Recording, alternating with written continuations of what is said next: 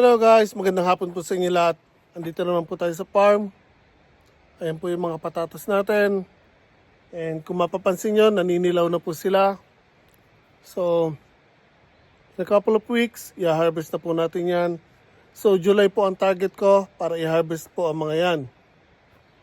And kung makikita nyo po, ayan, naninilaw na po. And yun sa lower part nila, ayan.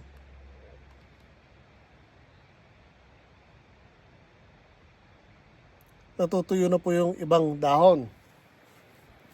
So, itong tatlong row or tatlong hanay ng patatas, yan po yung mga nauna. Itong dalawang nasa dulo, yan po yung late na natin tinanim, kaya medyo iba pero magkakasunod lang sila. I think ahead lang to ng 1 linggo mahigit or something. So yung broccoli tsaka cauliflower na harvest na po actually, hindi ko na naipakita sa inyo, hindi ko na nakuha ng video. Kasi actually, napabayaan to. Then yung by the time na makita ko, bukang-buka na po sila. Ito, meron pa natitrayan, itasin na po siya.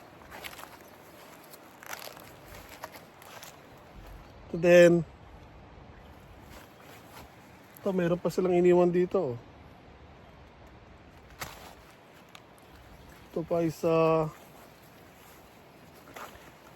And yung mga broccoli, yan po, nagbukahan na.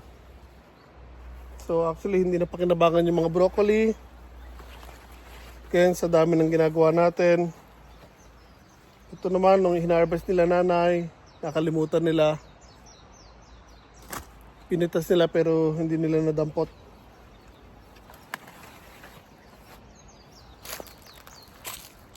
So, all in all, maganda naman po yung mga naitanim ko, kinalabasan.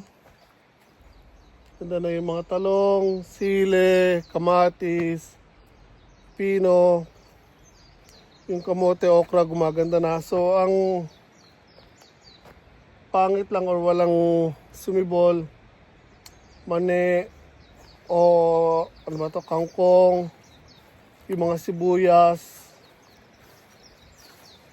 Yung luya, hindi ko pa nasisila pero siguro, ayun, meron na. May sibol na yung mga luya guys, may nakikita na ako. So, kailangan ko lang damuhan yan para lumabas yung mga luya. So, yung mga ampalaya ko, andyan, lalagyan ko sila ngayon ng tolos para pagapangin and gagawin ko sila ng balag.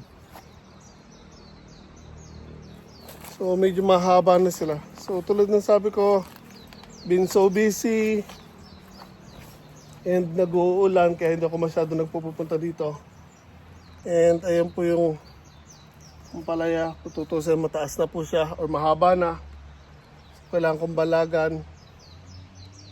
So yun ang focus ko ngayon. Hindi na ako magdidilig ngayon kasi kahapon lang umulan. Kaya for today,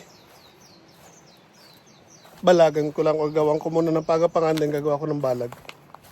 Tolos muna, then balag ng ampalaya. Ay, kapagod na.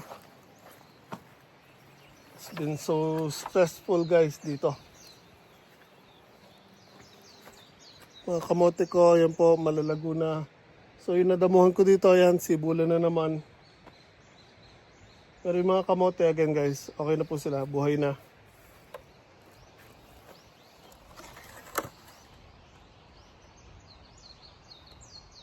Yung singgamas ko dito guys, ay pinapaugatan, may ugat na.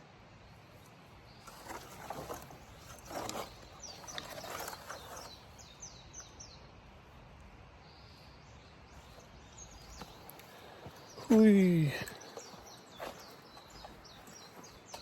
So ayusin ko lang yung mga balag ng palaya guys. Then pakita ko na lang sa inyo maya maya.